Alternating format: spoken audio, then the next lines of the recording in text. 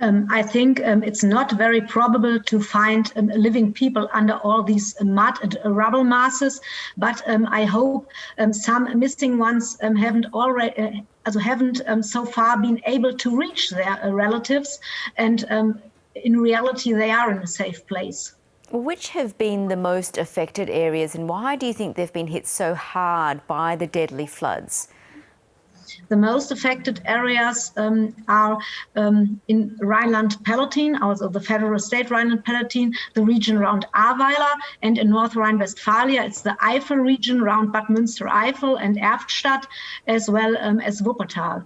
The rain there came down very fast and very continuous, and the water came up not only because of the rivers, but the sewers hadn't enough capacity, and so the drains and toilets came up, and so the water came from outside the houses and from inside the houses, and everything went very, very fast.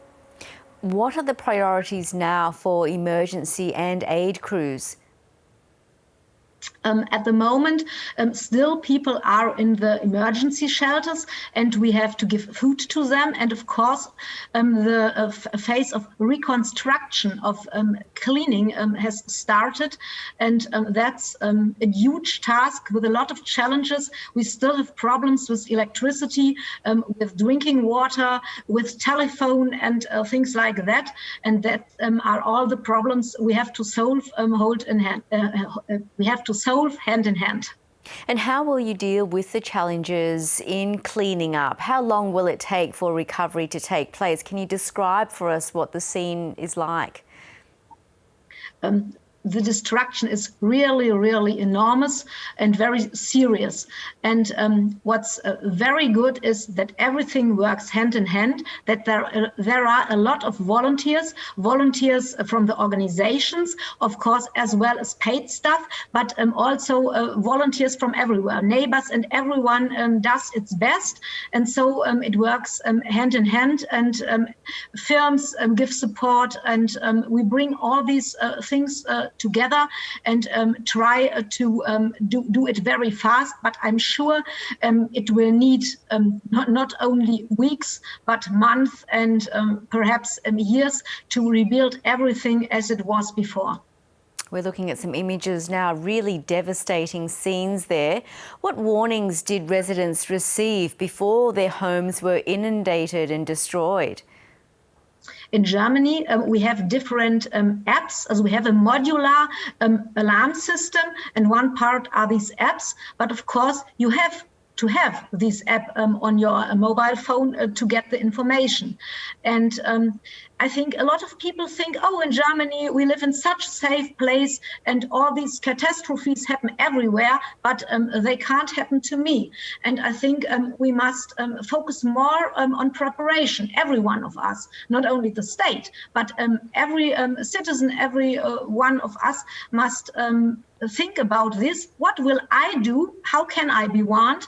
And go with open eyes and open ears to every day. And we have to bring this in schools.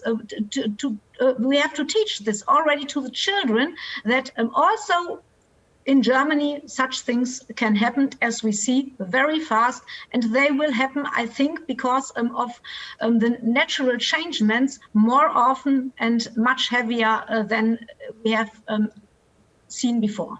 And what's the government said? Because there's been criticism of the flood alert system. How have officials responded to this? At the moment, I think everyone thinks about what can we do better next time. Have we done everything? But I think this is an element of discussion we must go in next. At the moment, we have to focus on reconstruction and rebuilding, but of course, together with all organizations and above all, of course, the government, we have to think about what can we do next time better.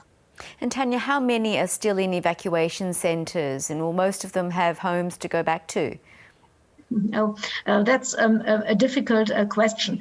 At the moment, we have got, especially in Rhineland-Palatinate, a lot of emergency shelters with a lot of people in, and I think the people who are still there, often their houses are very destroyed, and it is not sure if they can go back to their house. I think a lot of them have to go to another kind of shelter, I think a hotel or to friends. And these are problems that we must solve next.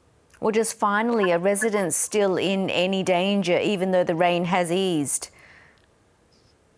At the moment, the situation is quite serious, but it is relaxing. Fortunately, the rain has stopped. For next week, they say there will be perhaps rain again.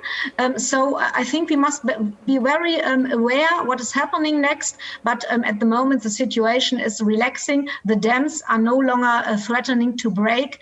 And that's something we are really happy that this is the situation at the moment. But I think we must be aware.